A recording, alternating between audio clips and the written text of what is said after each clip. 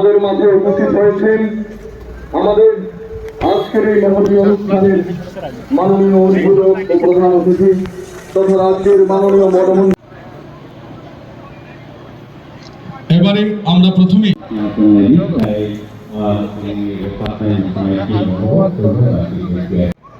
উত্তরীয় দুঃখিত ঋষা পরিয়ে আমরা বরণ করে নিচ্ছি আমাদের অনুষ্ঠান অনন্ত দেববর্মা মহাশয়কে। সবাইকে বলবো জোরে করতালি দিয়ে অভ্যর্থনা জানাতে, তারপরে আমরা বরণ করে নিচ্ছি। যৌথভাবে এই শুভেচ্ছা স্মারক ও শংসাপত্র তুলে দিচ্ছেন। আমি সবাইকে বলবো জোরে করতালি দিয়ে এই মুহূর্তটিকে উদযাপন করার জন্য। এবং যে প্রথম পুরস্কার পেয়েছে উনি তো কাজের ক্ষেত্রে রয়েছেন বন দপ্তরের পিসিসিএফ এপিআর এবং অগণিত बस हो जाएगा पानी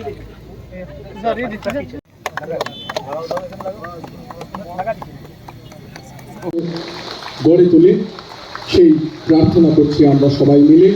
আমরা দেখতে পাচ্ছি যে আমাদের উদ্বোধক প্রধান অতিথি। Today is a positive sign also. You have made a record of how many plans?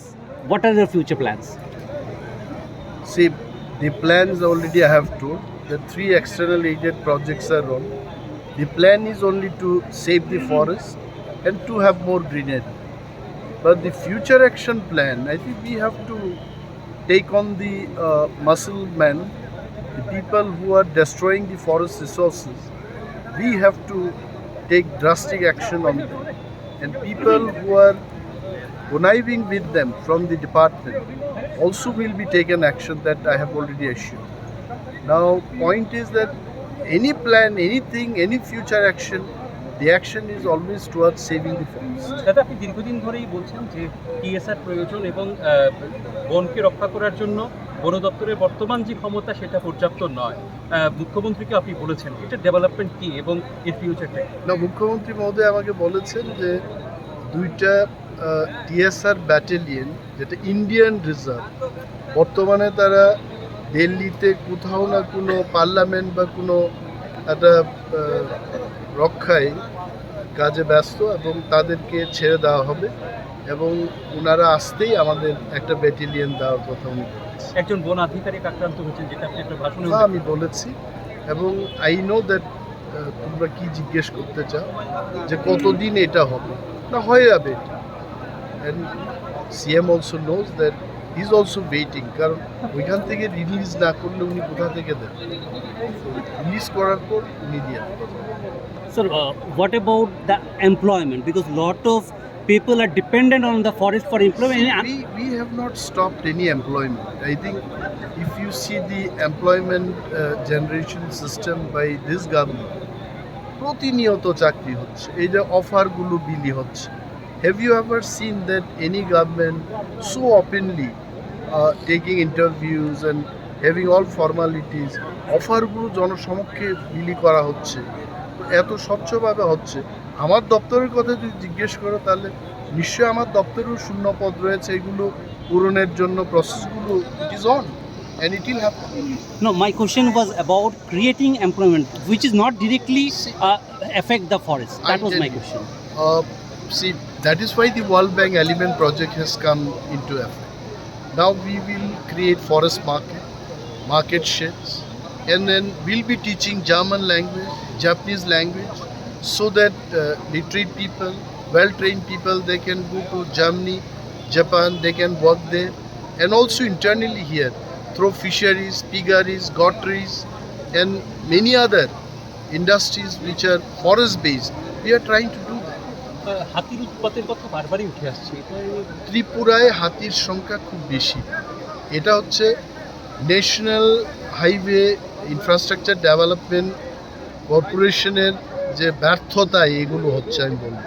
কারণ এলিফ্যান্ট পাস তৈরি না করে হাইওয়েগুলো তারা তৈরি করেছে এবং অনেকবার মিটিং হয়ে গেছে। দে প্রমিসড আস, ডিপার্টমেন্টকে প্রমিস করেছে এইবার যখন মুঙ্গিয়া কামি থেকে চম্পকনগর পর্যন্ত রাস্তাটা সম্প্রসারণের কাজ হবে, এলিফ্যান্ট পাসগুলো তারা তৈরি করে দেবে।